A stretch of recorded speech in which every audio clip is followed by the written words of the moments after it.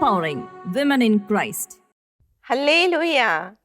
ഷെക്കേന ന്യൂസിന്റെ എല്ലാ പ്രിയ പ്രേക്ഷകർക്കും നമ്മുടെ കർത്താവായ യേശു ക്രിസ്തുവിന്റെ കൃപയും സമാധാനവും ആശംസിക്കുകയാണ്. പ്രശ്ന പ്രോഗ്രാമിലേക്ക് എല്ലാവരെയും ഏറ്റവും സ്നേഹത്തോടെ സ്വാഗതം ചെയ്യുന്നു. നമ്മൾ പഠിച്ചുകൊണ്ടിരുന്നത് അപ്പസ്തോല പ്രവർത്തനങ്ങളിൽ നമ്മൾ കണ്ടുമുട്ടുന്ന തബീത്തയെ കുറിച്ചായിരുന്നു. ആദിമ ക്രൈസ്തവ സമൂഹത്തിൽ സൽപ്രവർത്തികളുടെയും ദാനധർമ്മത്തിന്റെയും ഒക്കെ വലിയൊരു പ്രേക്ഷിതയായിരുന്നു തബീത്ത. തിരുവചനം അവളെ കുറിച്ച് പറയുന്നത് തബീത്ത അവൾ കർത്താവിന്റെ ഒരു ശിഷ്യയായിരുന്നു, സൽപ്രവർത്തികളിലും ദാനധർമ്മങ്ങളിലും അവൾ സമ്പന്നയായിരുന്നു എന്നാണ്. കർത്താവിന്റെ ആഹ്വാനമാണ് നിങ്ങളുടെ സൽപ്രവർത്തികൾ കണ്ട്, നിങ്ങളുടെ പരസ്പര സ്നേഹം കണ്ട് മറ്റുള്ളവർക്ക് നിങ്ങൾ ക്രിസ്തു ശിഷ്യയാണെന്ന് ബോധ്യപ്പെടണം എന്നത്. കർത്താവിന്റെ ഈ ആഹ്വാനത്തെ സ്വന്തം ജീവിതത്തിൽ അവൾ നമുക്ക് ജീവിച്ച് കാണിച്ചു തന്നവളാണ്. അവളുടെ ആ മരണസമയത്ത് ആദിമസഭയിൽ വന്ന ഒരു ഐക്യം, അവിടെ സഹോദരങ്ങൾ ഒരുമിച്ച് വരുന്നത് നമ്മൾ കാണുകയുണ്ടായി. വിധവകൾ എല്ലാവരും അവിടെ അരികെ വന്ന് കരയുകയാണ്. തങ്ങൾക്ക് ഒത്തിരിയേറെ ദാനധർമ്മങ്ങൾ ചെയ്ത, തങ്ങളെ സ്നേഹിച്ച ആ ഒരു കൂട്ടായ്മയിൽ വ്യാപരിച്ച തബീത്തയുടെ മരണത്തെ ഓർത്ത് ആദിമസഭ മുഴുവൻ അവിടെ ഒരുമിച്ച് കൂടി വിലപിക്കുന്നത് നമ്മൾ കാണുന്നുണ്ട്. അവൾ ഐക്യത്തിന്റെ ഒരു രൂപമായിരുന്നു എന്ന് വേണം നമ്മൾ കരുതുവാനായിട്ട്. സങ്കീർത്തനങ്ങൾ 133 അധ്യായം 1 തിരുവാക്യത്തിൽ കർത്താവിന്റെ വചനം ഇപ്രകാരമാണ് പറയുന്നത്: സഹോദരർ ഏക മനസ്സായി ഒരുമിച്ച് വസിക്കുന്നത് എത്ര വിശിഷ്ടവും സന്തോഷപ്രദവുമാണ്. നമ്മുടെ കർത്താവിന് സഹോദരർ തമ്മിലുള്ള ഐക്യം, അത് നമ്മുടെ കുടുംബത്തിലായിക്കൊള്ളട്ടെ, നമ്മുടെ സമൂഹത്തിലായിക്കൊള്ളട്ടെ, ഇടവകയിലായിക്കൊള്ളട്ടെ, സഹോദരർ തമ്മിലുള്ള ഐക്യം കർത്താവിനെ സംബന്ധിച്ച് അത് വളരെ വിശിഷ്ടമാണ്, വളരെ സന്തോഷപ്രദമാണെന്ന് കർത്താവ് നമ്മോട് പറഞ്ഞു തരികയാണ്. എന്റെ പ്രിയ സഹോദരങ്ങളെ, ഈ ഒരു കൃപ നമ്മുടെ സമൂഹത്തിൽ വ്യാപരിക്കുവാൻ, നമ്മുടെ കുടുംബത്തിൽ വ്യാപരിക്കുവാൻ നമുക്ക് പ്രാർത്ഥിക്കാം. കർത്താവിന്റെ ആ ഒരു അഭിഷേകത്തിനായി, ഐക്യത്തിന്റെ ആത്മാവ് നമ്മുടെ ഇടയിൽ വ്യാപരിക്കുവാനായി ഏക മനസ്സോടെ നാം ആയിരിക്കുന്നിടത്തിരുന്ന് സർവശക്തിയോടുകൂടി നമ്മുടെ കർത്താവിനെ പാടി ആരാധിക്കുവാനായിട്ട് നമുക്ക് ഒരുങ്ങാം. നമുക്ക് ഒരുമിച്ച് കർത്താവിനെ സ്തുതിക്കാം. ഹല്ലേലൂയ, ഹല്ലേലൂയ, ഈശോയെ ആരാധന. Hallelujah, hallelujah. കർത്താവിനെ ഞങ്ങൾ ഒന്ന് ചേർന്ന് അങ്ങേ സ്തുതിക്കുന്നു. ഹല്ലേലൂയ. പാടിടാം, കർത്തനെ സ്തുതിച്ചിടാം, സർവശക്തി ശബ്ദമോടെ കീർത്തനങ്ങൾ പാടിടാം, സർവശക്തി ശബ്ദമോടെ കീർത്തനങ്ങൾ പാടിടാം. കൈയടിച്ചു പാടിടാം, കർത്തനെ സ്തുതിച്ചിടാം, സർവശക്തി ശബ്ദമോടെ കീർത്തനങ്ങൾ പാടിടാം, സർവശക്തി ശബ്ദമോടെ കീർത്തനങ്ങൾ പാടിടാം. Hallelujah, hallelujah, hallelujah, hallelujah, hallelujah, hallelujah, hallelujah. ഈശോയെ ഞങ്ങൾ അങ്ങേ ആരാധിക്കുന്നു. സർവശക്തിയോടെ ഏക മനസ്സോടെ കർത്താവ് അങ്ങയുടെ നാമത്തെ ഞങ്ങൾ ഉയർത്തുകയാണ്. സ്തുതികൾക്ക് യോഗ്യനായ ഞങ്ങളുടെ പ്രിയ കർത്താവെ ഞങ്ങൾ അങ്ങേ ആരാധിക്കുന്നു. Hallelujah, hallelujah, hallelujah. കുലുങ്ങിടട്ടെ മോദമായി, ഭൂമി തന്നടിത്തര കുലുങ്ങിടട്ടെ മോദമായി, ഭൂതലത്തിലാകവേ നിറഞ്ഞിടട്ടെ ഗീരികൾ, ഭൂതലത്തിലാകവേ നിറഞ്ഞിടട്ടെ ഗീരികൾ. Hallelujah, hallelujah, hallelujah, hallelujah, hallelujah, hallelujah, hallelujah. കൈയടിച്ചു പാടിടാം, കർത്തനെ സ്തുതിച്ചിടാം, സർവശക്തി ശബ്ദമോടെ കീർത്തനങ്ങൾ പാടിടാം. കൈയടിച്ചു പാടിടാം, കർത്തനെ സ്തുതിച്ചിടാം, സർവശക്തി ശബ്ദമോടെ കീർത്തനങ്ങൾ പാടിടാം. ഹല്ലേലൂയ, ഹല്ലേലൂയ, ഹല്ലേലൂയ, ആരാധന. Hallelujah, hallelujah, hallelujah, hallelujah, hallelujah, hallelujah. Hallelujah. ഈശോയെ ഞങ്ങൾ അങ്ങേ ആരാധിക്കുന്നു, ഞങ്ങൾ അങ്ങേ സ്തുതിക്കുന്നു. കർത്താവേ, സർവ്വ മഹത്വത്തിനും യോഗ്യനായ ഞങ്ങളുടെ കർത്താവേ ഞങ്ങൾ അങ്ങേ ആരാധിക്കുന്നു. Hallelujah, hallelujah. ഈശോയെ ആരാധന, ഈശോയെ മഹത്വം. കർത്താവേ അങ്ങേ ആരാധിക്കുന്നു, സ്തുതിക്കുന്നു. Hallelujah, hallelujah, hallelujah. ഈശോയെ മഹത്വം, ഈശോയെ മഹത്വം. Hallelujah, hallelujah. ഞങ്ങളുടെ പ്രിയപ്പെട്ട അമ്മേ മാതാവേ, അമ്മയുടെ മാധ്യസ്ഥ്യം ഞങ്ങൾ പ്രാർത്ഥിക്കുകയാണ്. ഏക മനസ്സോടെ ഒരുമിച്ച് വസിക്കുവാൻ, കർത്താവിന് സന്തോഷം നൽകുവാൻ, കർത്താവിൻ്റെ ദൃഷ്ടിയിൽ വിശിഷ്ടമായ കർത്താവിന് സന്തോഷം നൽകുന്ന ആ ഒരു അവസ്ഥയിലേക്ക് ഞങ്ങളുടെ സമൂഹം കടന്നു വരുവാൻ അമ്മേ ഞങ്ങൾക്ക് വേണ്ടി പ്രാർത്ഥിക്കണമേ. വിശുദ്ധ യോസേപ്പ് പിതാവേ, തിരുകുടുംബത്തിൻ്റെ പാലക, ഞങ്ങളുടെ കുടുംബങ്ങളിൽ ഈ ഒരു ഐക്യം കടന്നു വരുവാനായിട്ട്, പരസ്പരം ഐക്യത്തോടെ ഒരുമയോടെ വസിക്കുന്ന ആ ഒരു കൃപയിൽ ഞങ്ങളുടെ കുടുംബങ്ങൾ മുന്നേറുവാനായിട്ട് യോസേപ്പ് പിതാവേ ഞങ്ങൾക്ക് വേണ്ടി പ്രാർത്ഥിക്കണമേ. നമുക്ക് ചേർന്ന് പ്രാർത്ഥിക്കാം. നന്മ നിറഞ്ഞ മറിയമേ സ്വസ്തി, കർത്താവ് അങ്ങയോടുകൂടെ സ്ത്രീകളിൽ അങ്ങ് അനുഗ്രഹിക്കപ്പെട്ടവളാകുന്നു. അങ്ങയുടെ ഉദരത്തിൻ ഫലമായി ഈശോ അനുഗ്രഹിക്കപ്പെട്ടവനാകുന്നു. പരിശുദ്ധ മറിയമേ, തമ്പുരാന്റെ അമ്മേ, പാപികളായ ഞങ്ങൾക്ക് വേണ്ടി ഇപ്പോഴും ഞങ്ങളുടെ മരണസമയത്തും തമ്പുരാനോട് അപേക്ഷിക്കണമേ. ആമേൻ. ആമേൻ. യേശുക്രിസ്തുവിൽ എൻ്റെ പ്രിയ സഹോദരങ്ങളെ, ഇന്ന് നമ്മൾ പഠിക്കുവാനും ചിന്തിക്കുവാനും ഒക്കെയായി പോകുന്നത് പഴയ നിയമത്തിലെ നമ്മുടെ സാംസന്റെ അമ്മയെ കുറിച്ചാണ്. മനോവ എന്ന വ്യക്തിയുടെ ഭാര്യ, അതായത് സാംസന്റെ അമ്മയെ കുറിച്ചാണ് നമ്മൾ ചിന്തിക്കുവാനായി പോകുന്നത്. ആ അമ്മയുടെ പേര് നമുക്ക് തിരുവചനം വെളിപ്പെടുത്തി തരുന്നില്ല. എന്നാൽ ആ അമ്മയുടെ ജീവിതത്തിലൂടെ കർത്താവ് ചില പാഠങ്ങൾ നമ്മുടെ ജീവിതത്തിൽ നമ്മൾ സ്വീകരിക്കേണ്ട, പ്രാവർത്തികമാക്കേണ്ട ചില പാഠങ്ങൾ നമുക്ക് ചൂണ്ടിക്കാണിച്ച് തരുന്നുണ്ട്. നമുക്ക് തിരുവചന ഭാഗത്തേക്ക് കടന്നു വരാം. ന്യായാധിപന്മാരുടെ പുസ്തകം 13-ാം അധ്യായം, അവിടെ 2-ാം തിരുവാക്യം നമുക്കൊന്ന് ശ്രദ്ധിക്കാം. സോറായിൽ ദാൻ ഗോത്രക്കാരനായ മനോവ എന്നൊരാൾ ഉണ്ടായിരുന്നു. അവന്റെ ഭാര്യ വന്ധ്യയായിരുന്നു, അവൾക്ക് മക്കളില്ലായിരുന്നു. ഇവിടെയാണ് നമ്മൾ നമ്മുടെ കഥാനായികയെ കുറിച്ച് ചിന്തിക്കുന്നത്. ഇവിടെ എന്താ തിരുവചനം പറയുന്നത്? മനോവ എന്ന വ്യക്തി ദാൻ ഗോത്രക്കാരനാണ്. സോറ എന്ന സ്ഥലത്താണ് അവർ വസിക്കുന്നത്. ആ മനോവയുടെ ഭാര്യയെ കുറിച്ചാണ് നമ്മൾ ചിന്തിക്കുവാനായി പോകുന്നത്. അവളെ കുറിച്ച് തിരുവചനം എന്താ പറയുന്നേ? അവൾ വന്ധ്യയായിരുന്നു, അവൾക്ക് മക്കളില്ലായിരുന്നു. സ്വാഭാവികമായും അന്നത്തെ സമൂഹത്തിൽ മക്കളില്ലാത്ത അവസ്ഥയെ വലിയ ശാപമായിട്ടാണ് കണക്കാക്കിയിരുന്നത്. അതിനാൽ തന്നെ ഒത്തിരിയേറെ ഒറ്റപ്പെടുത്തലുകളും കുറ്റപ്പെടുത്തലുകളും ഒക്കെ അവൾ സ്വീകരിച്ചിട്ടുണ്ട്. തുടർന്ന് 3-ാം വാക്യത്തിലേക്ക് വരുമ്പോൾ അവിടെ കർത്താവിന്റെ വലിയൊരു ഇടപെടൽ നമുക്ക് കാണുവാനായി സാധിക്കും. എന്താ തിരുവചനം പറയുന്നത്? കർത്താവിന്റെ ദൂതൻ അവൾക്ക് പ്രത്യക്ഷപ്പെട്ടു പറഞ്ഞു, നീ വന്ധ്യയാണ്, നിനക്ക് മക്കളില്ല, നീ ഗർഭം ധരിച്ച് ഒരു പുത്രനെ പ്രസവിക്കും. ഇവിടെ കർത്താവിന്റെ ഒരു ദൂതൻ നേരിട്ട് മനോവയുടെ ആ ഭാര്യയുടെ അടുക്കലേക്ക് വരികയാണ്. അവിടെ അവൾ പ്രാർത്ഥിച്ചിരുന്നതായിട്ടൊന്നും തിരുവചനം പറയുന്നില്ല. ഉറപ്പായിട്ടും അവൾക്ക് വലിയ ആഗ്രഹം ഉണ്ടായിരുന്നിരിക്കും, അവൾ പ്രാർത്ഥിച്ചു കാണും. എന്നാൽ ഇവിടെ കർത്താവിന്റെ ദൂതൻ ഇവളുടെ അടുക്കൽ വന്നിട്ട് പറയുകയാണ്, നിനക്ക് ഒരു പുത്രൻ ഉണ്ടാകാൻ പോവുകയാണെന്ന്. ആ വലിയൊരു അനുഗ്രഹത്തിന്റെ വാർത്ത കർത്താവിന്റെ ദൂതൻ അവൾക്ക് നൽകുകയാണ്.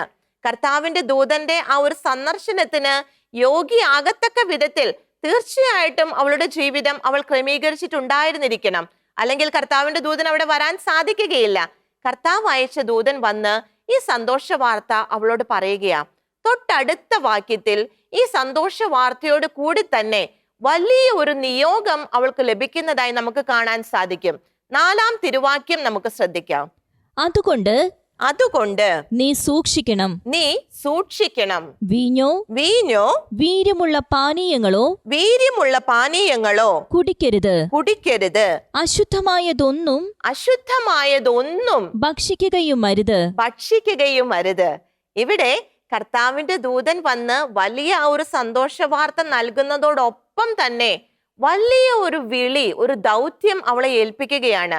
അവളുടെ ജീവിതത്തെ മൊത്തത്തിൽ മാറ്റിമറിക്കുന്ന ഒരു കാര്യമാണ് കർത്താവിന്റെ ദൂതൻ അവിടെ പറഞ്ഞു കൊടുക്കുന്നത്.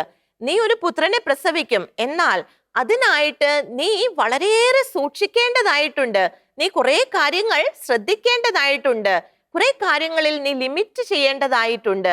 എന്താ തിരുവചനം പറയുന്നേ? നമുക്ക് ഒരിക്കൽ കൂടി ആ വചനം ഒന്ന് ശ്രദ്ധിക്കാം. എന്തൊക്കെ ചെയ്യരുതെന്നാ പറഞ്ഞത്?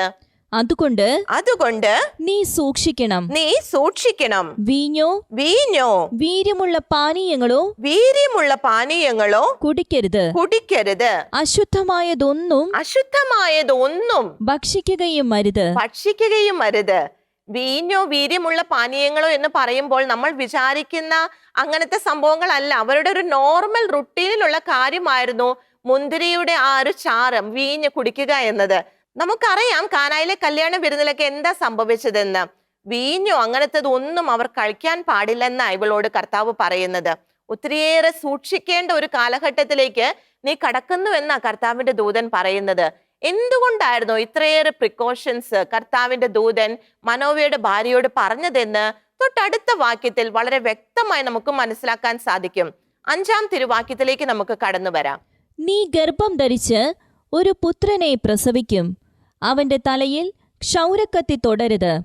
അവൻ ജനനം മുതൽ ദൈവത്തിന് നാസീർവ്രതക്കാരനായിരിക്കും. അവൻ ഫിലിസ്ത്യരുടെ കയ്യിൽ നിന്ന് ഇസ്രായേലിനെ വിടുവിക്കാൻ ആരംഭിക്കും. ഫിലിസ്ത്യരുടെ കയ്യിൽ നിന്ന് ഇസ്രായേലിനെ വിടുവിക്കാൻ പോകുന്ന വിമോചകനായ ഒരു പുത്രനെയാണ് കർത്താവ് മനോവയുടെ ഭാര്യയ്ക്ക് നൽകുന്നത് എന്നുള്ള വലിയ വാർത്തയാണ് ഇവിടെ നൽകിയിരിക്കുന്നത്. എൻ്റെ പ്രിയ സഹോദരങ്ങളെ, അതിനു വേണ്ടി ഒരമ്മ എന്ന നിലയിൽ അവൾ ചെയ്യേണ്ടതായ കുറെ കാര്യങ്ങൾ ഉണ്ടായിരുന്നു. തൻ്റെ മകനെ കുറിച്ചുള്ള ആ ഒരു വലിയ വെളിപ്പെടുത്തൽ കർത്താവിന്റെ ദൂതൻ അവൾക്ക് നൽകുകയാണ്. താൻ ഗർഭം ധരിക്കാൻ പോകുന്ന കുഞ്ഞിനെ കുറിച്ച് അവന്റെ ഭാവി മുഴുവൻ കർത്താവ് പറഞ്ഞു കൊടുക്കുകയാണ്. അതനുസരിച്ച് ഇപ്പോൾ മുതൽ നീ സൂക്ഷിക്കണമെന്ന് കർത്താവിന്റെ ദൂതൻ അവളോട് പറയുകയാ. നമുക്ക് തീർച്ചയായിട്ടും ഇവിടെ അവൾക്ക് വലിയൊരു വിളി ലഭിക്കുന്നതായി മനസ്സിലാക്കാൻ സാധിക്കും. അവളുടെ ജീവിതത്തെ, അവൾ പോയിക്കൊണ്ടിരുന്ന ജീവിതത്തിൽ നിന്ന് തീർത്തും വ്യത്യസ്തമായ ഒരു ജീവിതത്തിലേക്ക്, വ്യത്യസ്തമായ ഒരു വിളിയിലേക്ക് അവൾ കടന്നു വരികയാണ്. ഇവിടെ എന്താ തിരുവചനം പറയുന്നേ? നിന്റെ മകൻ ജനിക്കുന്ന ആ നിമിഷം മുതൽ അവൻ നാസീർ വ്രതക്കാരനായിരിക്കുമെന്ന്. നാസീർ വ്രതം എന്ന് പറയുന്നത് നമുക്ക് സംഖ്യയുടെ പുസ്തകത്തിലേക്ക് വരുമ്പോൾ കാണുവാൻ സാധിക്കും. ചെറിയൊരു കാലഘട്ടത്തിലേക്ക് അവർ എടുത്തിരുന്ന ഒരു വ്രതമായിരുന്നു നാസീർ വ്രതം എന്നത്. അത് വളരെ കാഠിന്യമുള്ള ഒരു വ്രതമായിരുന്നു. തിരുവചനം എന്താ അതിനെക്കുറിച്ച് പറയുന്നത്? സംഖ്യയുടെ പുസ്തകം 6-ാം അധ്യായം 2 മുതൽ 5 വരെയുള്ള തിരുവാക്യങ്ങളിൽ എന്താണ് നാസീർ വ്രതം എന്നും എത്രമാത്രം ശ്രദ്ധയോടെ പാലിക്കേണ്ടതാണ് ഈ നാസീർ വ്രതം എന്ന് നമുക്ക് വ്യക്തമായി മനസ്സിലാക്കാൻ സാധിക്കും. ഇപ്പോൾ ഇവിടെ ദൂതൻ പറഞ്ഞ ഈ കാര്യങ്ങൾക്കൊക്കെ ഉപരിയായി സംഖ്യയുടെ പുസ്തകം 6-ാം അധ്യായം 8-ാം തിരുവാക്യത്തിൽ തിരുവചനം എന്താ പറയുന്നത്? വ്രതകാലം മുഴുവൻ നാസീർ വ്രതം എടുത്ത ഒരു വ്യക്തി വ്രതകാലം മുഴുവൻ അവൻ കർത്താവിന് വിശുദ്ധനാണ്. അവൻ കർത്താവിന് വിശുദ്ധനാണ്. വളരെ ഉന്നതമായ ഒരു വിളിയാണ് കർത്താവ് ഇവിടെ മനോവയുടെ ഭാര്യയ്ക്ക് നൽകുന്നത്. തന്റെ മകൻ ആജീവനാന്തം നാസീർ വ്രതക്കാരനായിരിക്കണമെന്നാ കർത്താവ് പറയുന്നത്. അത് ഒട്ടും എളുപ്പമുള്ളൊരു കാര്യമല്ല. ഈ പറയുന്ന ബാഹ്യ ലക്ഷണങ്ങളൊക്കെ ഉണ്ടാകുകയും ആജീവനാന്തം കർത്താവിന് വിശുദ്ധമായ ഒരു ജീവിതം നയിക്കുവാനും വിളിക്കപ്പെട്ടവനാണ് തൻ്റെ മകൻ എന്ന വലിയ ഒരു കാര്യമാണ് കർത്താവിന്റെ ദൂതൻ മനോവയുടെ ഭാര്യയോട് പറയുന്നത്. അതനുസരിച്ച് സ്വയം ഒരുങ്ങുവാനുള്ള ഒരു വിളിയാണ് കർത്താവ് ഇവിടെ അവൾക്ക് നൽകുന്നത്. ആ ഒരു വിളി കിട്ടിക്കഴിഞ്ഞപ്പോൾ അവളുടെ ജീവിതം തന്നെ മാറി മറിയുകയാണ്. അവൾ എല്ലാത്തിലും കൺട്രോൾ വരുത്തുകയാണ്. കർത്താവ് നൽകിയ ആഹ്വാനം അനുസരിച്ച് തൻ്റെ അനുദിന ജീവിതചര്യകളിൽ അവൾ മാറ്റം വരുത്തുകയാണ്. തൻ്റെ നാസീർ വ്രതത്തിൽ ആദ്യം മുതലേ നിലനിൽക്കേണ്ട കുഞ്ഞിനു വേണ്ടി സ്വയം ആ ഒരു വ്രതം പോലത്തെ ജീവിതത്തിലേക്ക് അവൾ കടന്നു വരികയാണ്. ഒരു അമ്മ എന്ന നിലയിൽ വളരെ ശ്രേഷ്ഠമായ ഒരു കാഴ്ചപ്പാടിലേക്ക് അവൾ കടന്നു വരികയാ. തൻ്റെ മകന് വേണ്ടി സ്വയം ഒരുങ്ങി കർത്താവിന്റെ വിളിയോട് പരിപൂർണമായിട്ടും യോജിച്ചു പോകുന്ന ഒരു സ്ത്രീയെ നമ്മൾ ഇവിടെ കാണുന്നത്. അവൾ തനിക്ക് ലഭിച്ച വിളിക്കനുസരിച്ച് തൻ്റെ ജീവിതത്തെ മാറ്റിമറിക്കുകയാ. തൻ്റെ ജീവിതത്തിൽ ആവശ്യമായ മാറ്റങ്ങൾ വരുത്തുകയാ. എൻ്റെ പ്രിയ സഹോദരങ്ങളെ, എന്താ മനോവയുടെ ഭാര്യ നാം ഓരോരുത്തരോടും പറയുന്നത്? കർത്താവ് അവൾക്കൊരു വിളി നൽകി. ആ വിളിക്കനുസരിച്ച് അവളുടെ ജീവിതത്തിൽ ആവശ്യമായ എല്ലാ മാറ്റങ്ങളും അവൾ വരുത്തുകയാ. നാം ഓരോരുത്തരും വിളിക്കപ്പെട്ടവരല്ലേ പ്രിയ സഹോദരങ്ങളെ? കർത്താവിന്റെ വചനം വീണ്ടും വീണ്ടും ഊന്നി പറയുന്ന ഒരു കാര്യമുണ്ട്. നാം ഓരോരുത്തരും കർത്താവിന്റെ വിളി ലഭിച്ചവരാണെന്നത്. കർത്താവിന്റെ വിളി, ദൈവവിളി എന്നൊക്കെ പറയുമ്പോൾ നമ്മൾ പെട്ടെന്ന് കരുതുക ഒരു അച്ഛനാകാൻ, ഒരു സിസ്റ്റർ ആകാൻ ഒക്കെയുള്ള വിളി എന്നാണ്, അല്ലെങ്കിൽ ഒരു കുടുംബ ജീവിതത്തിലേക്കുള്ള വിളി എന്നാണ്. എന്നാൽ ഇതിനേക്കാൾ ഒക്കെ ഉപരിയായ ഒരു ദൈവവിളി ലഭിച്ചവരാണ് നാം ഓരോരുത്തരും. എന്താ പ്രിയ സഹോദരങ്ങളെ, കർത്താവ് നാം ഓരോരുത്തർക്കും നൽകിയിരിക്കുന്ന വിളി. നമുക്ക് പുതിയ നിയമത്തിലേക്ക് കടന്നു വരാം. അവിടെ തിമോത്തിയോസിന് എഴുതിയ 2-ാം ലേഖനം 1-ാം അധ്യായം 9-ാം തിരുവാക്യം നമുക്കൊന്ന് ശ്രദ്ധിക്കാം. അവിടുന്ന് നമ്മെ രക്ഷിക്കുകയും കർത്താവ് നാം ഓരോരുത്തരെയും രക്ഷിക്കുകയും വിശുദ്ധമായ വിളിയാൽ നമ്മെ വിളിക്കുകയും ചെയ്തിരിക്കുന്നു. നാം ഓരോരുത്തർക്കും വിശുദ്ധമായ ഒരു വിളി ലഭിച്ചവരാണ് പ്രിയമുള്ളവരെ. നമുക്ക് നമ്മുടെ ഇഷ്ടത്തിനനുസരിച്ച് പോകാനുള്ള സ്വാതന്ത്ര്യമുള്ളവരല്ല. ഇവിടെ മനോവയുടെ ഭാര്യ തനിക്ക് വിളി ലഭിച്ചു കഴിഞ്ഞപ്പോൾ അവൾ പൂർണ്ണമായിട്ടും ആ വിളിക്ക് വേണ്ടുന്നതായ രീതിയിൽ തന്റെ ജീവിതത്തെ മാറ്റുകയാണ്. നാം ഓരോരുത്തർക്കും ലഭിച്ച വിളിയോട് നാം എങ്ങനെയാണ് പ്രതികരിക്കുന്നത്? നാം ഓരോരുത്തരും കർത്താവിനാൽ വിശുദ്ധമായ ഒരു വിളി ലഭിച്ചവരാണ്. എന്തിലേക്കാ കർത്താവ് നമ്മെ ആ വിശുദ്ധമായ വിളി നൽകിയിരിക്കുന്നത്? നമുക്ക് കൊറിന്തോസുകാർക്ക് എഴുതിയ 1-ാം ലേഖനം 1-ാം അധ്യായം അവിടെ 9-ാം തിരുവാക്യം ഇത് നമുക്ക് വ്യക്തമാക്കി തരുന്നുണ്ട്. തന്റെ പുത്രനും നമ്മുടെ കർത്താവുമായ യേശു ക്രിസ്തുവിന്റെ സഹവാസത്തിലേക്ക് നിങ്ങളെ വിളിച്ച ദൈവം വിശ്വസ്തനാണ്. കർത്താവ് നമ്മുടെ പിതാവായ ദൈവം എന്തിലേക്കാ നമ്മെ വിളിച്ചിരിക്കുന്നത് എന്നാ പറയുന്നേ? തന്റെ പുത്രന്റെ സഹവാസത്തിലേക്ക്, കർത്താവിനോട് ഒന്നിച്ചുള്ള ആ ഒരു ജീവിതത്തിലേക്കാണ് നാം ഓരോരുത്തരും വിളിക്കപ്പെട്ടിരിക്കുന്നത്. ആ വിളിയെക്കുറിച്ച് നാം ഓരോരുത്തരും ചിന്തിക്കണം പ്രിയമുള്ളവരെ. കർത്താവിന്റെ സഹവാസത്തിലേക്ക് വിളിക്കപ്പെട്ടിരിക്കുന്ന നാം ഓരോരുത്തരും എങ്ങനെയാണ് ഇപ്പോൾ ജീവിക്കുന്നത്? നമ്മുടെ വിളിക്കനുസരിച്ചുള്ള ജീവിതമാണോ നമ്മൾ നയിക്കുന്നത്? കർത്താവിന്റെ സഹവാസത്തിൽ മുന്നോട്ട് പോകേണ്ട ഒരു വ്യക്തിക്ക് ആവശ്യമായ ജീവിതമാണോ നമ്മൾ നയിക്കുന്നത്? നമ്മുടെ വിളിയെക്കുറിച്ച് നമ്മൾ ബോധവാന്മാരാകണം. വിളി ലഭിച്ചവർ തീർച്ചയായിട്ടും അതിനനുസരിച്ചുള്ള മാറ്റങ്ങൾ വരുത്തിയേ മതിയാകൂ. വിളിക്കനുസരിച്ചുള്ള ജീവിതത്തിലേക്ക് കർത്താവ് മനോവയുടെ ഭാര്യയിലൂടെ ഇന്ന് നമ്മെ ഓരോരുത്തരെയും ക്ഷണിക്കുകയാ. അവൾക്ക് അത്രമാത്രം തന്റെ മകനെ പ്രതി മാറ്റങ്ങൾ വരുത്താൻ സാധിക്കുമെങ്കിൽ ഇത്രയേറെ ശ്രേഷ്ഠമായ ഒരു വിളി ലഭിച്ചിരിക്കുന്ന നാം ഓരോരുത്തരും എത്രമാത്രം കാര്യങ്ങൾ ചെയ്യേണ്ടവരാണ്. വിളിക്കനുസരിച്ചുള്ള ജീവിതം നയിക്കേണ്ടവരാണ്. വീണ്ടും തിരുവചനത്തിലേക്ക് നമുക്ക് കടന്നു വരാം. പൗലോസ് ശ്ലീഹ എഫേസോസുകാർക്ക് എഴുതിയ ലേഖനം 4-ാം അധ്യായം 1-ാം തിരുവാക്യത്തിൽ ശ്ലീഹ എന്താ പറഞ്ഞു തരുന്നത്? കർത്താവിനു വേണ്ടി തടവുകാരനായി തീർന്നിരിക്കുന്ന ഞാൻ നിങ്ങളോട് അപേക്ഷിക്കുന്നു. നിങ്ങൾക്ക് ലഭിച്ച വിളിക്ക് യോഗ്യമായ ജീവിതം നയിക്കുവിൻ. കർത്താവിന്റെ സഹവാസത്തിലേക്ക് വിളിക്കപ്പെട്ടിരിക്കുന്ന നാം ഓരോരുത്തരും അതിന് യോഗ്യമായ ജീവിതം നയിക്കണമെന്നാണ് പൗലോസ്ലിഹ പറയുന്നത്. പൗലോസ്ലിഹ തന്നെ കുറിച്ച് തന്നെ എന്താ അവിടെ പറയുന്നത്?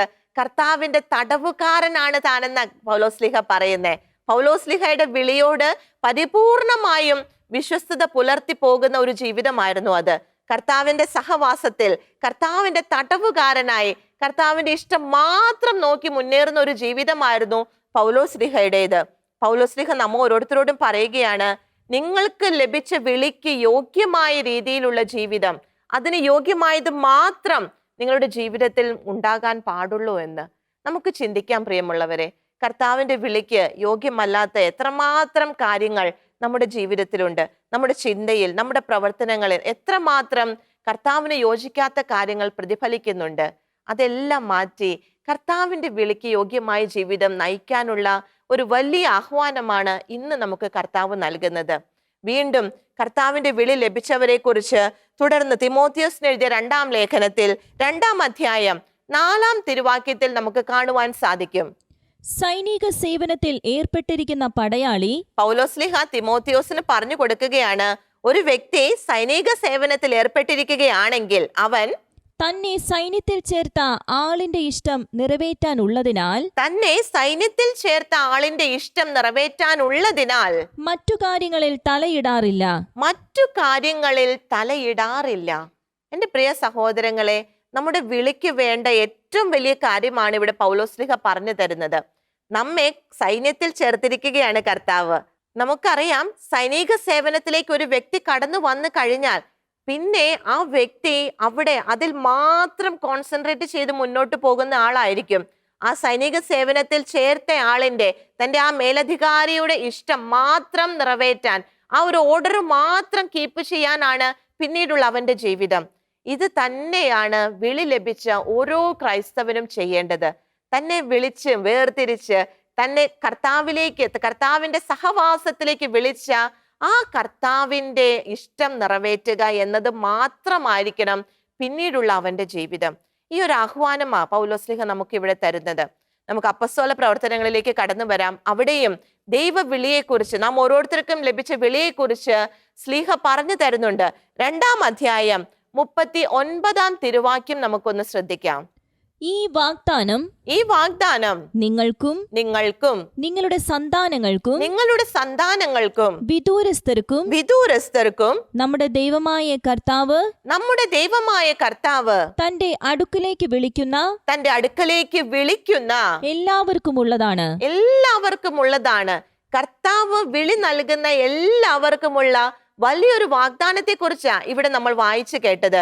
കർത്താവ് അങ്ങനെ നമ്മളങ്ങനെ വിളിച്ചിട്ട് മാറിപ്പോകുന്ന ഒരു അവസ്ഥയല്ല. വിളിച്ച് വേർതിരിച്ചാൽ കർത്താവ് നമുക്ക് ആവശ്യമായതെല്ലാം കൂട്ടിച്ചേർത്ത് തരികയാണ്.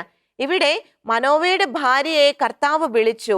ആ വിളിയെക്കുറിച്ചുള്ള പൂർണ്ണമായ ഒരു ബോധ്യം മനോവയുടെ ഭാര്യയ്ക്ക് കർത്താവ് നൽകുകയാണ്. തുടർന്ന് ആ ഒരു വിളിയിൽ നിലനിൽക്കാനുള്ള കൃപ കർത്താവ് അവൾക്ക് നൽകുകയാണ്. വിളിച്ചങ്ങനെ പോകുന്ന ആളൊന്നും അല്ല നമ്മുടെ കർത്താവ്.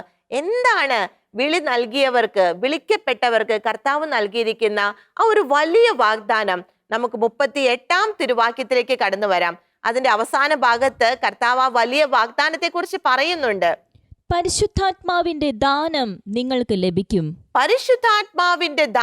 നിങ്ങൾക്ക് ലഭിക്കും. വിളി ലഭിച്ച് കർത്താവിന്റെ സഹവാസത്തിലേക്ക് ക്ഷണിക്കപ്പെട്ട ഓരോരുത്തർക്കുമുള്ള വലിയ വാഗ്ദാനമാണ് പരിശുദ്ധാത്മാവ്. പരിശുദ്ധാത്മാവ് നമ്മളെ ശക്തിപ്പെടുത്താൻ, വിളിയിൽ നിലനിർത്താനായിട്ട് എപ്പോഴും നമ്മളോട് കൂടെയുണ്ട്. ആ പരിശുദ്ധാത്മാവാണ് ഇന്ന് ഈ വിളിയെക്കുറിച്ച് വീണ്ടും ഒരു ബോധ്യത്തിലേക്ക് നമ്മെ നയിക്കുന്നത്. പരിശുദ്ധാത്മാവ് നമ്മളെ വ്യക്തമാക്കി പറഞ്ഞു തരികയാ, നാം ഓരോരുത്തരും വിളിക്കപ്പെട്ടവരാണ്. വിളിക്ക് യോഗ്യമായ രീതിയിൽ നിങ്ങളുടെ ജീവിതങ്ങളെ ക്രമീകരിക്കുക. വിളിക്ക് യോഗ്യമല്ലാത്തതിനെ എല്ലാം ഉപേക്ഷിക്കുക. നമ്മൾ കണ്ടു, മനോവയുടെ ഭാര്യ ഒത്തിരിയേറെ കഷ്ടപ്പെട്ടിട്ടുണ്ടാകും. ആ ഒരു ഗർഭാവസ്ഥയിലായിരിക്കുമ്പോൾ ഇത്രമാത്രം ലിമിറ്റഡ് ആയ രീതിയിൽ അവൾ മുന്നോട്ട് പോകണമെങ്കിൽ തന്റെ വിളിയോട് അത്രയേറെ പ്രതിബദ്ധത അവൾക്കുണ്ടായിരുന്നു. ആ വിളിയോട് പരിപൂർണമായ വിശ്വസ്തത അവൾക്കുണ്ടായിരുന്നു. അവൾ പൂർണ്ണമായും വിശുദ്ധിയെ കാത്തു സൂക്ഷിച്ച് നാസിർ വ്രതത്തിൽ ജനിക്കാൻ പോകുന്ന തന്റെ മകന് വേണ്ടി, ആ ഒരു വിളിക്ക് വേണ്ടി അവൾ തന്നെ ശൂന്യമാവുന്നതായിട്ടാണ് നമ്മൾ കാണുന്നത്. എൻ്റെ പ്രിയ സഹോദരങ്ങളെ, നമ്മുടെ വിളിയെക്കുറിച്ച് നമുക്ക് ചിന്തിക്കാം. എത്രയോ ശ്രേഷ്ഠമായ വിളി ലഭിച്ചിരിക്കുന്ന നാം ഓരോരുത്തരും ഇത്രമാത്രം ശ്രദ്ധയോടെ, ശുഷ്കാന്തിയോടെ ആ വിളിക്ക് അനുസരിച്ചുള്ള ജീവിതത്തിലേക്ക് കടന്നു വരണം. അതിനനുസരിച്ചുള്ള ക്രമീകരണങ്ങൾ നമ്മുടെ ജീവിതത്തിൽ വളർത്തണം. കൊറിന്തോസുകാർക്ക് എഴുതിയ 1-ാം ലേഖനം 7-ാം അധ്യായം 17-ാം തിരുവാക്യം നമുക്കൊന്ന് ശ്രദ്ധിക്കാം. ദൈവത്തിന്റെ നിയോഗവും വിളിയുമനുസരിച്ച് ഓരോരുത്തരും ജീവിതം നയിക്കട്ടെ. ഇതാണ് എല്ലാ സഭകളോടും ഞാൻ കൽപ്പിക്കുന്നത്. പൗലോസ്ലീഹ ഒരു കൽപ്പനയായിട്ടാണ് നമുക്കത് നൽകുന്നത്. ദൈവത്തിന്റെ നിയോഗം, ദൈവത്തിന്റെ വിളി നാം ഓരോരുത്തർക്കുമുണ്ട്. അതനുസരിച്ചുള്ള ജീവിതം വേണം നമ്മൾ നയിക്കാൻ. പൗലോസ്ലീഹയുടെ ഈ കൽപ്പന നമ്മൾ സ്വീകരിക്കണം പ്രിയമുള്ളവരെ. ഈ ഒരു കൽപ്പന ശിരസ വഹിച്ചത് കൊണ്ടല്ലേ നമ്മുടെ രക്തസാക്ഷികളെല്ലാം കർത്താവിനെ പ്രതി, തങ്ങൾക്ക് ലഭിച്ച വിളിയെ പ്രതി തങ്ങളുടെ ജീവൻ തന്നെ ത്യജിച്ചത്. ആ വിളിയിൽ അവർ ഉറച്ചു നിന്നു. എന്തൊക്കെ തടസ്സങ്ങൾ വന്നാലും പ്രതിസന്ധികൾ വന്നാലും തങ്ങൾക്ക് ലഭിച്ച വിളിക്ക് യോഗ്യമായ ജീവിതമാണ് അവരെല്ലാവരും നയിച്ചത്. വിശുദ്ധരെല്ലാവരും നമുക്കതല്ലേ കാണിച്ചു തന്നത്. അവരുടെ ജീവിതങ്ങളിൽ അവർ ഒത്തിരിയേറെ സഹിച്ചു, ഒത്തിരിയേറെ കാര്യങ്ങൾ വേണ്ടെന്ന് വെച്ചു. എന്തിനു വേണ്ടിയായിരുന്നു? തങ്ങളുടെ വിളിക്ക് യോഗ്യമായ ജീവിതം നയിക്കാൻ. ആ ഒരു വലിയ വിശുദ്ധിയുടെ തലത്തിലേക്കാണ് കർത്താവ് നാം ഓരോരുത്തരെയും വിളിക്കുന്നത്. നമുക്ക് ഒരു വചനം കൂടി ശ്രവിക്കാം. തെസ്സലോനിക്കക്കാർക്ക് എഴുതിയ 1-ാം ലേഖനം 5-ാം അധ്യായം 24-ാം തിരുവാക്യം. നിങ്ങളെ വിളിക്കുന്നവൻ വിശ്വസ്തനാണ്. അവിടുന്ന് അതനുസരിച്ച് പ്രവർത്തിക്കുകയും ചെയ്യും. നാം ഓരോരുത്തരും വിളി ലഭിച്ചവരാണെന്ന് നമ്മൾ കണ്ടു. വിളിക്കനുസൃതമായ ജീവിതം നയിക്കാൻ വിളിക്കപ്പെട്ടവരാണെന്ന് നമ്മൾ കണ്ടു. അതിന് ഒത്തിരിയേറെ സഹനങ്ങൾ, ഒത്തിരിയേറെ ത്യാഗങ്ങൾ ആവശ്യമാണെന്ന് നമ്മൾ മനസ്സിലാക്കി. എന്നാൽ കർത്താവ് നമുക്ക് ഒരു ഉറപ്പ് തരികയാണ്. നിങ്ങളെ വിളിച്ചവൻ വിശ്വസ്തനാണ്. അവൻ അതിനനുസരിച്ച് നമ്മളുടെ ജീവിതത്തിൽ പ്രവർത്തിക്കും. അതിനനുസരിച്ച്, വിളിക്കനുസരിച്ച് ആവശ്യമായതെല്ലാം നമ്മുടെ കർത്താവ് നമുക്ക് പ്രദാനം ചെയ്യും. അതിനു വേണ്ടി വില കൊടുത്ത് നിൽക്കാനുള്ള ആ ഒരു സന്നദ്ധത, അതാണ് കർത്താവ് നമ്മിൽ നിന്ന് ആവശ്യപ്പെടുന്നത്. പൗലോസ്ലീഹയുടെ കൽപ്പന ഒരിക്കൽ കൂടി നമുക്ക് ഓർക്കാം. നിങ്ങൾക്ക് ഓരോരുത്തർക്കും ഓരോ നിയോഗമുണ്ട്, ഓരോ വിളിയുണ്ട്. കുടുംബത്തിൽ, സമൂഹത്തിൽ നമുക്ക് വിളി ലഭിച്ചവരാണ്. കർത്താവിന്റെ സഹവാസത്തിൽ ഓരോ നിമിഷവും മുന്നോട്ട് പോകാൻ നമ്മൾക്ക് വിളി ലഭിച്ചവരാണ്. ആ ഒരു വലിയ വിളിക്ക് അനുസൃതമായ ജീവിതം നയിക്കാനുള്ള കൃപയ്ക്കായിട്ട് നമുക്ക് പ്രാർത്ഥിച്ചൊരുങ്ങാം. പ്രിയമുള്ളവരെ, പരിശുദ്ധാത്മാവിനെ വിളിച്ച് നമുക്ക് പ്രാർത്ഥിക്കാം. വിളിയെ ഓർത്ത് നന്ദി ഉള്ളവരായിരിക്കാൻ നമുക്ക് ശ്രദ്ധിക്കാം. നമുക്ക് ലഭിച്ച വിളി, അതിനെ നമ്മുടെ ശിരസാ വഹിച്ചുകൊണ്ട് അതിനനുസരിച്ചുള്ള ജീവിതത്തിലേക്ക് നമുക്ക് കടന്നു വരാം.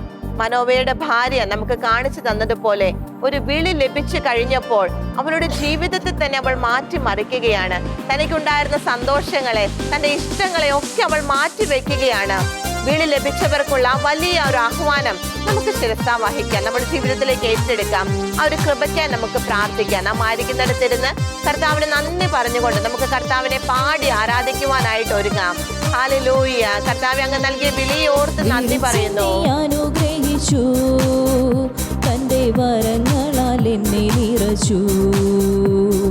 വിളിച്ചത് നാഥനല്ലോ, തന്റെ വിളിയൊരു ദാനമല്ലോ. ഹല്ലേലൂയ.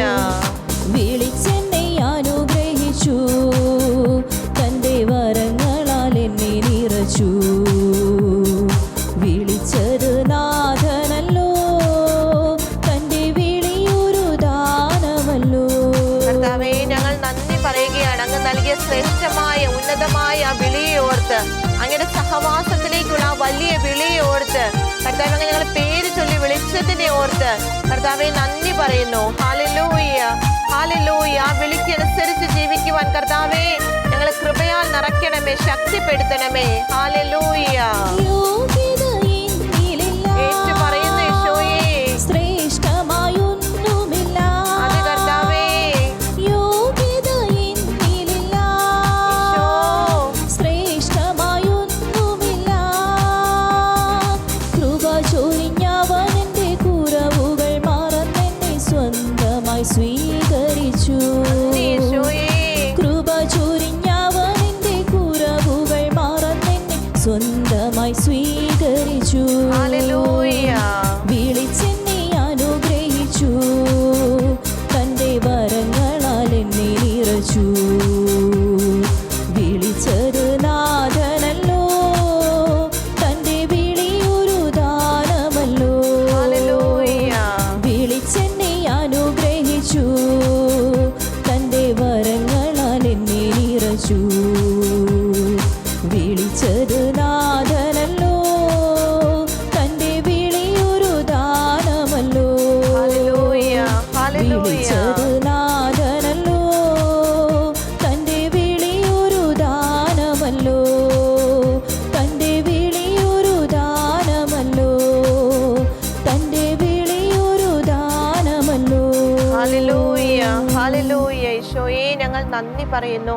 അങ്ങയുടെ ഉന്നതമായ വിളിയോർത്ത്, ശ്രേഷ്ഠമായ വിളിയോർത്ത്, അങ്ങയോടുള്ള സഹവാസത്തിൽ ജീവിക്കുവാനുള്ള ആ വലിയ വിളിയോർത്ത്, ദാനമായി ഞങ്ങൾക്ക് നൽകിയ ആ ശ്രേഷ്ഠമായ വിളിയോർത്ത് കർത്താവെ ഞങ്ങൾ നന്ദി പറയുകയാണ്.